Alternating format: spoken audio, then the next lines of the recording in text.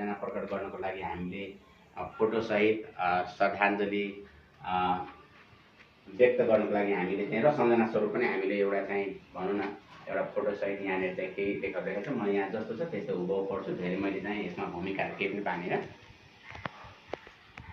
हार्दिक श्रद्धाञ्जली। जन्म 2011 अनि मृत्यु 2082 2/7 गते, स्वर्गीय मानबहादुर भुजेल।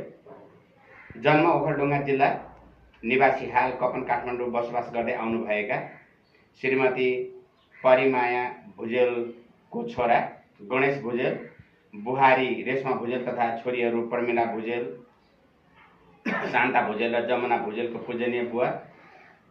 श्री मानबहादुर भुजेलको मिति 2082 2/7 गते 71 वर्षको उमेरमा भएको असामयिक निधनले हाम्रो एस भुजेल समाजसेवा उपत्यका समन्वय समिति काठमाडौँ दुखित र मर्माहित भएका छौँ।